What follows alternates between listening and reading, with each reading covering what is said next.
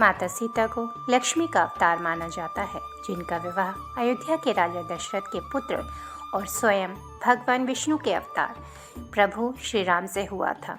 विवाह के उपरांत माता सीता को प्रभु श्री राम के साथ 14 वर्ष का वनवास झेलना पड़ा था। रामायण में माता सीता को जानकी कहकर भी संबोधित किया गया है। देवी सीता मिथिला के राजा जनक की पुत्री थीं और इसीलिए उन्हें जानकी भी कहा जाता है। हालांकि माता सीता के जन्म को लेकर कई पौराणिक कथाएं प्रचलित हैं, जिसके अनुसार कहा जाता है कि देवी सीता राजा जनक की गोद ली हुई पुत्री थी, जबकि कहीं कहीं इस बात का भी जिक्र मिलता है कि माता सीता लंकापति रावण की पुत्री थी। ऐसे में यह सवाल उठता है कि आखिर माता सीता का जन्म कैसे हुआ था। आज के वीडियो में हम यही जानेंगे। माता सीता के जन्म से जुड़ी पहली पौराणिक कथा कुछ इस प्रकार है। वाल्मीकि रामायण के अनुसार एक बार मिथिला में बड़े भयंकर सूखे से राजा जनक बेहद परेशान हो गए थे।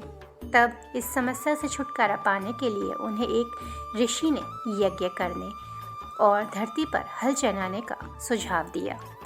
ऋषि के सुझाव पर राजा जनक ने यज्ञ करवाया और उसके बाद राजा जनक धरती जोतने लगे। तभी उन्हें धरती में से सोने की खूबसूरत संदूक में एक सुंदर कन्या मिली। राजा जनक की कोई संतान नहीं थी, इसीलिए उस कन्या को हाथों में लेकर उन्हें पिता प्रेम की अनुभूति हुई। राजा जनक ने उस कन्या को सीता नाम दिया और उसे अपनी पुत्री के रूप में अपना लिया।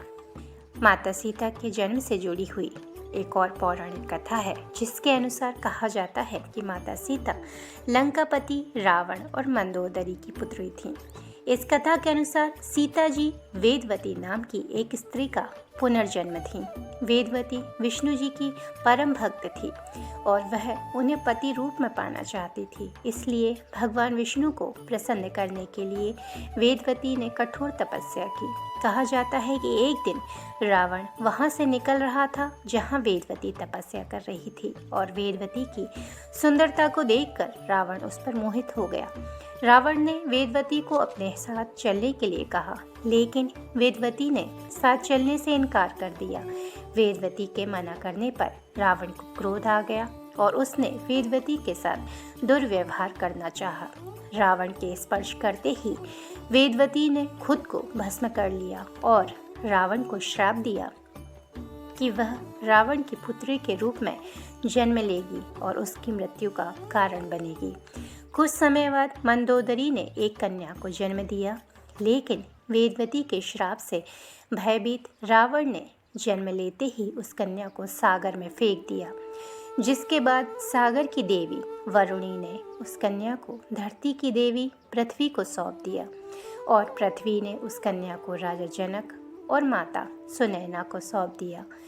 जिसके बाद राजा जनक ने सीता का पालन पोषण किया और उनका विवाह श्री राम के साथ संपन्न कराया। फिर वनवास के दौरान रावण ने सीता का अपहरण किया, जिसके कारण श्री राम ने रावण का वध किया और इस तरह से सीता रावण के वध का कारण बनी। जय जय श्री राधे।